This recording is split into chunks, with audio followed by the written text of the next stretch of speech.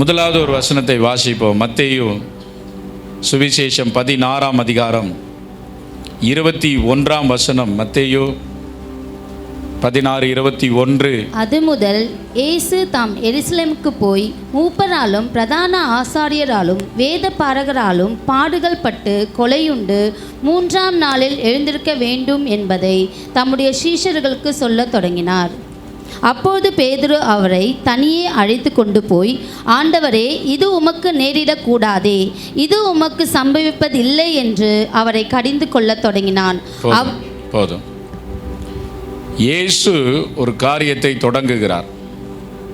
என்ன சொல்ல தொடங்குகிறார்? இது முதல் அநேக மூப்பராலும் பிரதான ஆசாரியராலும் வேத பாரகராலும் பல பாடுகள் பட்டு கொலையுண்டு 3ஆம் நாள் நான் உயிர் தெழுந்திருக்க வேண்டும் என்பதை தம்முடைய சீஷர்களுக்கு அவர் சொல்ல தொடங்கினார். சொல்ல தொடங்கும் போதே பக்கத்தில் இன்னொருத்தர் தொடங்குறார்.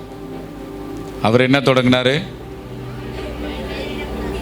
இது உமக்கு. எவ்வளோ பெரிய தடை பாருங்க.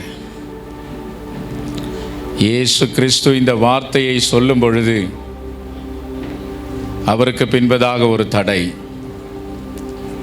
எந்த சீஷர்களுக்காக நன்மையை நினைத்து கொண்டிருக்கிற ஆண்டவர், எந்த சீஷர்களுக்காக இந்த உலகத்தில் தன் உயிரை பிடித்து கொண்டிருக்கிற ஆண்டவர், எந்த சீஷர்கள் இந்த உலகத்தை ஆசீர்வாதமாக மாற்ற வேண்டும் என்று நினைத்திருக்கிற நம்முடைய ஆண்டவர், அந்த சீஷர்களுக்கு ஒரு ஆசீர்வாத வார்த்தையை சொல்ல ஆரம்பிக்கும் போது என்ன வந்தது? தடை. எல்லாரும் சொல்லுங்க, என்ன வந்தது? தடை. அப்போ அவருக்கே வந்ததுன்னா நமக்கு வருமா வராதா? கண்டிப்பாக இருக்கும். பாடுகளுக்கு தடை வரும். இயேசு கிறிஸ்து பாடுபட வேண்டும் என்று சொல்லும் பொழுது கூட இருந்த பேதுரு தடை செய்தான். இது உமக்கு ஒருவேளை நடக்கலாம், எப்போவாவது நடக்கலான்னு சொல்லலை. பேதுரு சொன்ன வார்த்தை என்னது? இது உமக்கு நடக்கவே கூடாது அப்படின்னு சொல்லிட்டு விட்டுருந்தா பரவாயில்ல. என்னவும் சொல்லிட்டாரு, இது உமக்கு சம்பவிப்பது இல்லை என்று அவரை கட்டிந்து கொள்றான்.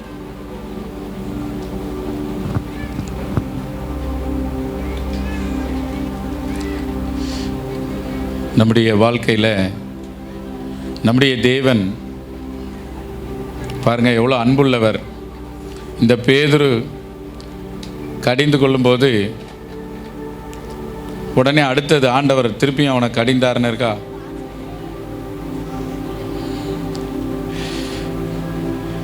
அவனை கடிந்து கொள்ளலை. என்ன செய்தார்? எனக்கு அடுத்த பக்கம் இல்லையா, எனக்கு பின்னாக போ, ஸ்டே பேக் அப்படின்றார். போ எனக்கு பின்னால். பேதுரு அங்கே தான் நிற்கிறாரு. எது பின்னால் போயிடுச்சு? சிறைச்சாலைக்கு போக வேண்டியதாக இருந்தாலும் நான் உமக்காக மரிக்க ஆயத்தமாக இருக்கிறேன் அப்படின்னு சொல்லிட்டு, பேதுருவே, விடியற்காலம் சேவல் கூறுறதுக்கு முன்னாடி நீ கூவன்னு சொன்னாரா? என்ன சொன்னார்? நீங்கள் என்ன செய்வா? மறுதளிப்பா. அப்போது ஆண்டவர் இதெல்லாம் சொல்கிறாரு, அவங்களுக்கு காண்பிக்கிறாரு. எப்பா, நீங்கள் பலவீனமானவர்கள், நீங்கள் பலவீனமானவர்கள். ஒரு நாள் என்ன இடம் கொடுக்காதீங்க, பலவீனத்திற்கு இடம் கொடுக்காதீங்க. அதனால தான் இயேசு 3 இடங்களில் தன்னுடைய இரத்தத்தை சிந்தினார் என்கிறதை தியானித்து நாம் இன்றைக்கு ஜெபிக்க போகிறோம். 3 இடங்களில் தன்னுடைய இரத்தத்தை சிந்தினார். இப்படிப்பட்ட பலவீனமான இவர்களுக்கு எப்பொழுதும் அவர்களை தாங்க, அவர்களை பலப்படுத்த இந்த சீஷர்கள் தேவனுடைய திட்டத்துக்கு தடையாக வந்துடக்கூடாது அப்படிங்கிறதுக்காக இயேசு 3 இடங்களில் தன்னுடைய இரத்தத்தை சிந்தினார். முதலாவது ஒரு இடம் வாசிங்க லூக்கா 22 அதிகாரம் 44 வசனம், 22 44 வசனம். அவர் மிகவும் வியாகுலப்பட்டு அதிக ஊக்கத்தோடே ஜெபம் பண்ணினார். அவருடைய வேர்வை இரத்தத்தின் பெருந்துளிகளாய் தரையிலே விழுந்தது.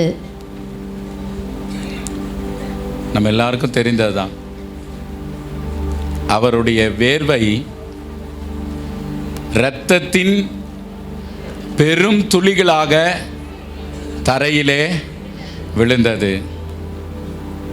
Our Lord and Jesus Christ, my Savior, shed His blood.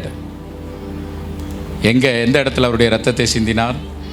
ஜெபம் பண்ணுகிற இடத்துல, தேவனோடு ஜெபம் பண்ணுகிற இடத்துல முதலாவது அவர் இரத்தத்தை சிந்துகிறார். ஜெபத்தை பரிசுத்தப்படுத்துகிறார். ஜெபிக்கிற பிள்ளைகள் தங்களை பரிசுத்தம் பண்ணி கொள்ளுகிறார்கள். ஜெபத்தில் இருக்கிறவர்கள் கர்த்தருடைய சித்தத்தில் நிலைத்திருக்கிறார்கள்.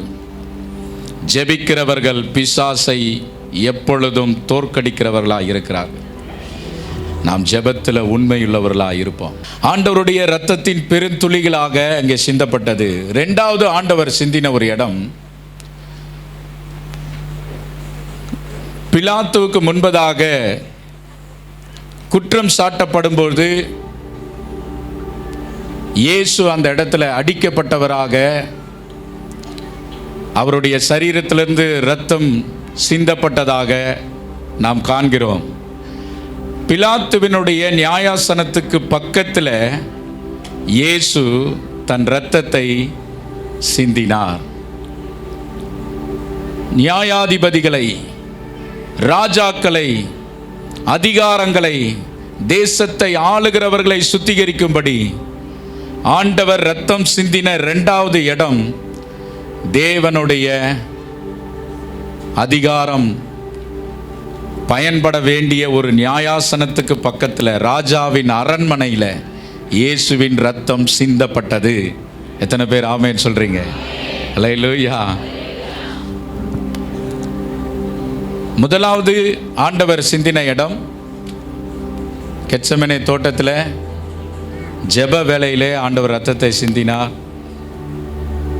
ரெண்டாவது அவர் இரத்தம் சிந்தின இடம் நியாயாசனத்துக்கு, ராஜாவுக்கு அரண்மனையில் பக்கத்தில் சிங்காசனத்தை பரிசுத்தப்படுத்த ஆண்டவர் தன்னுடைய இரத்தத்தை சிந்தினார்.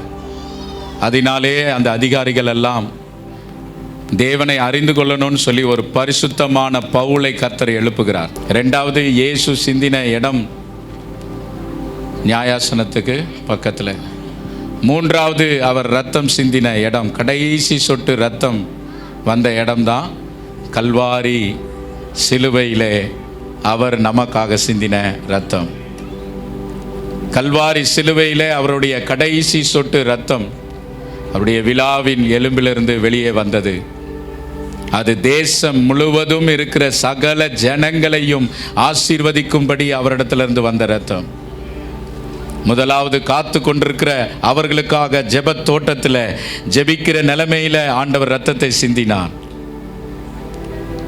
ரெண்டாவது ஆண்டவர் தேசத்தில் இருக்கிற அதிகாரங்களும் தேசங்களும் எந்த விதத்திலும் தடை பண்ணக்கூடாது, தேவனுடைய திட்டங்களை தடை பண்ணக்கூடாது என்பதற்காக தேவன் அரண்மனையில் நியாய தீர்ப்புக்கு முன்பதாக தன் இரத்தத்தை சிந்தி அரண்மனை ராஜாக்களை பரிசுத்தமாக்கினார். மூன்றாவது சிலுவையில் உயரமான இடத்துல தன்னுடைய இரத்தத்தை சிந்தி சகல ஜனங்களும் ரட்சிக்கப்படுவதற்கு ஒரு பெரிய ஓப்பன் டோரை கர்த்தர் வைத்திருக்கிறார். அல்லேலூயா. திறக்கப்பட்ட காயம், அந்த காயம் இருக்கிறது. அல்லேலூயா. ஜெபத் தோட்டத்தில் அவர் சிந்தின இரத்தத்தை சிறிது கவனித்து நாம் ஜெபம் பண்ணி முடிப்போம். அவர் ஜெபிக்கிற நிலைமையில் லூக்கா சுவிசேஷத்தில் நம்ம வாசிக்கிறோம், அவர் இரத்தத்தின் பெருத்துளிகளாய் வியாகுலப்பட்டு வேதனைப்பட்டு அவர் ஜெபித்தார் என்று நாம் அந்த இடத்துல வாசிக்கிறோம். அநேகர் அதை சொல்கிறாங்க அது வேர்வை தான் அப்படிங்கிறாங்க. இன்னும் கொஞ்சம் பேர் என்னன்னு சொல்கிறாங்க, அது இல்லை ரத்தம் தான் அப்படின்னு சொல்கிறாங்க. இன்னும் கொஞ்சம் பேர் என்ன சொல்கிறாங்கன்னா, அவர் பட்ட வேதனையில் இந்த வேர்வை வருகிறதின் வழியாக இரத்தமும் கலந்து என்ன செய்திருக்கிறது, வந்திருக்கிறது என்பதை சிலர் சொல்கிறாங்க. ஆனால் நம்ம எல்லாருக்கும் ஒன்று தெரியுது, என்னன்னா கண்டிப்பாக என் தேவன் இரத்தத்தை சிந்திருக்கிறார். ஆமென். இரத்தம் சிந்துதல் இல்லாமல், ஆமென் சொல்லுங்க, இரத்தம் சிந்துதல் இல்லாமல், அதுதான் பேக்ரவுண்ட். ஏன் ரத்தம் சிந்தப்படணும்? ஏன் இயேசு மரிக்கணும்? இன்றைக்கு அநேகருக்கு தெரியாத காரியம் அதுதான். ஏன் ரத்தம் சிந்தணும்? இவ்வளோ உலகத்தை படைத்த தேவன், இவ்வளவு நல்லவர், இவ்வளவு நன்மை செய்தவர், இவ்வளோ பரிசுத்தமானவர், இவர் சாகணுமா? சின்ன பிள்ளைகளுக்கு சொல்றது மாதிரி அங்கே நடந்திருக்கு பாருங்க. பிசாசை கொஞ்ச நேரம் சந்தோஷப்பட விட்டார். இவ்வளோ நேரம் அடக்கி வச்சிருந்தார்ல, பின்னால் போ அது இதெல்லாம் திட்டினார்ல. ஆனால் இப்போ சிலுவையில் வந்து மரிக்கும்பொழுது பிசாசுக்கு ஒரே சந்தோஷம். என்ன சந்தோஷம்? இனிமேல் இந்த ஆண்டவர் இறங்கி வரமாட்டார், நம்மளையெல்லாம் ஒடுக்க மாட்டார், நான் கடவுளையே சாகடிச்சிட்டேன்.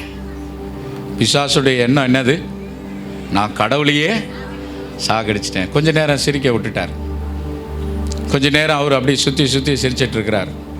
யாரு? சாத்தான். அவர் சுற்றிக்கிட்டே இருக்கிறார். நல்லா பரவாயில்ல அப்படின்னு விட்டுட்டார்.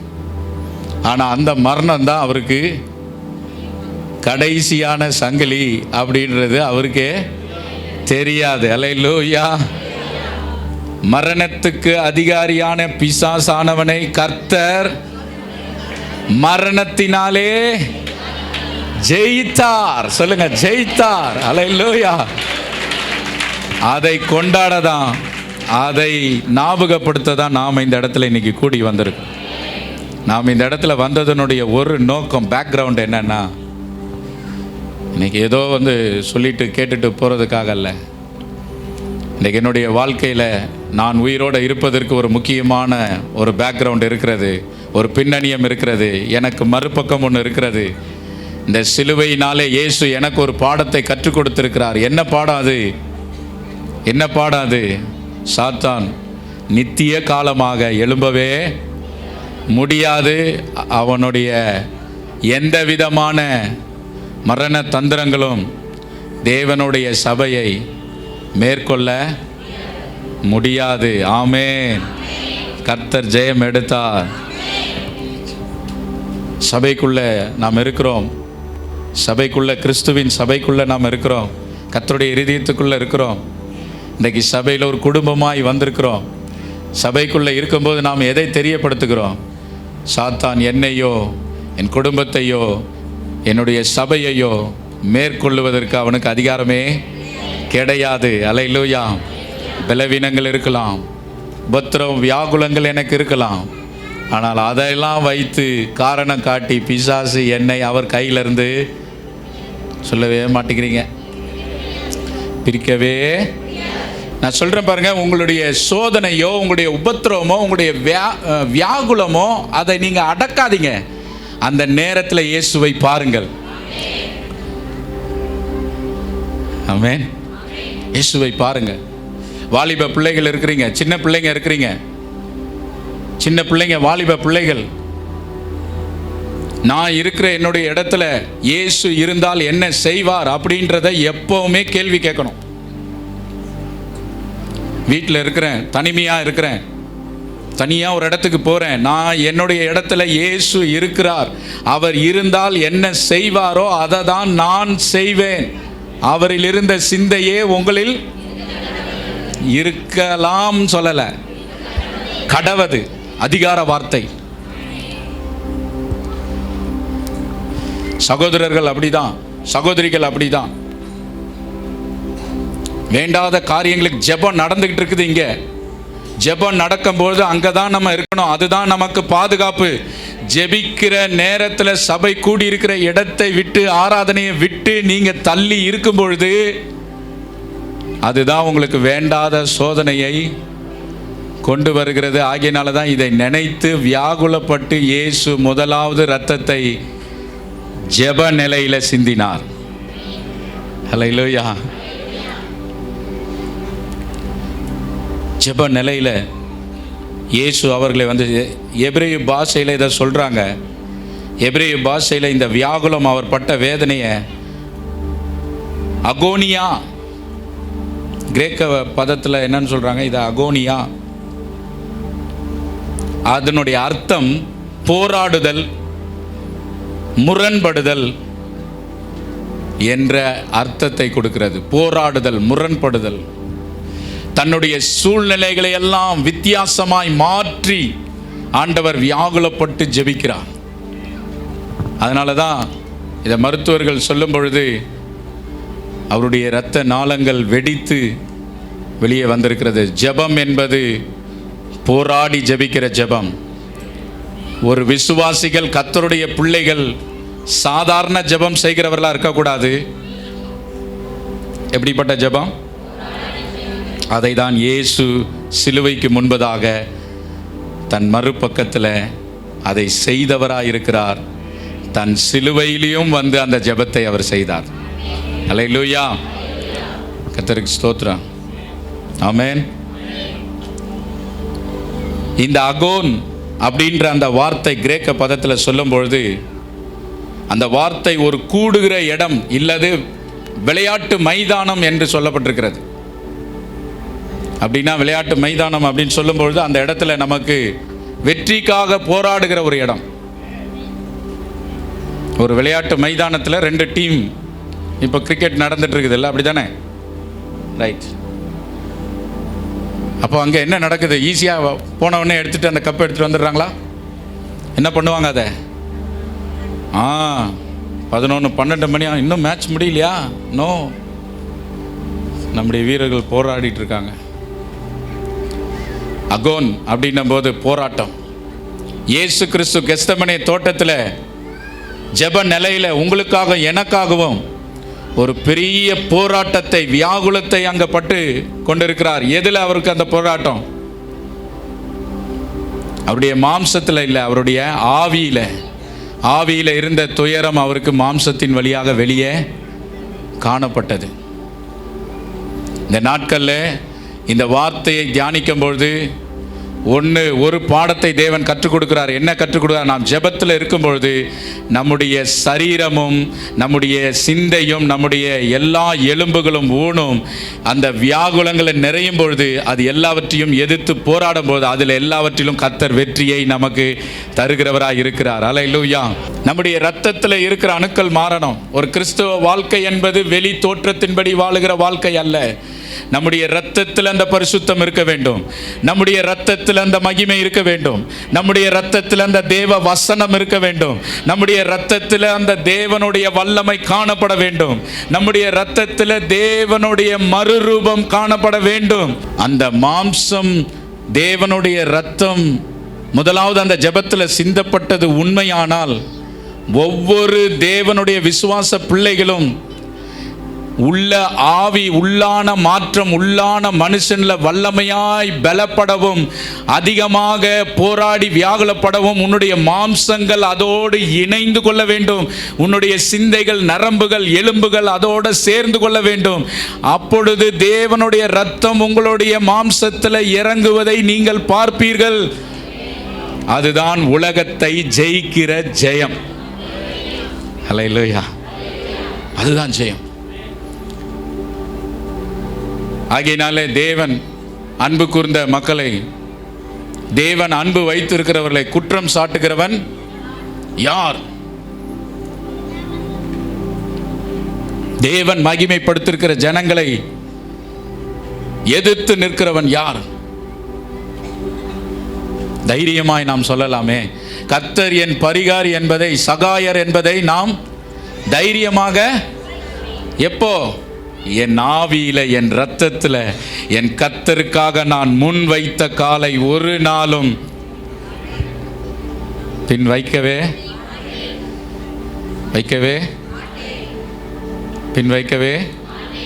மாட்டேன். அல்லேலூயா. பின்னானவைகள், பவுல் சொல்றார், பின்னானவைகள் எல்லாம் ஒளிந்து போயிடுச்சு. பழையதெல்லாம் ஒளிந்து போயிடுச்சு. பின்னானவைகளை மறந்து முன்னானவைகளை நாடினேன். தேவனை நோக்கி நான் நடந்து கொண்டே இருக்கிறேன். பூரணத்தில் நடந்து கொண்டே இருக்கிறேன். தேவனுடைய மகிமைக்குள்ள பிரவேசிக்கிறது நடந்து கொண்டே இருக்கிறேன். என்னுடைய பின்னான காரியங்கள் எல்லாம் தேவன் பார்த்து கொள்ளுவார். பலவீனங்களை பார்த்து கொள்வார். தாவீது அன்னைக்கே சொல்றாரு இல்லையா, நன்மையும் கிருபையும். அவருக்கு பேக்ரவுண்ட் என்னது? நன்மையும் கிருபையும் தொடரும். இதெல்லாம் பவுல் படிச்சிருப்பாரா இல்லையா? நல்லா படிச்சிருப்பார். ஆனால் அதே வார்த்தையை தான் அங்கே கொடுக்குறார் ஆண்டவர், என் கிருபை உனக்கு போதும். அந்த கிருபைக்குள்ள தேவன் சகலத்தையும் வைத்திருக்கிறார். உங்களுக்கும் அந்த கிருபையை வைத்திருக்கிறார். ஆமென்.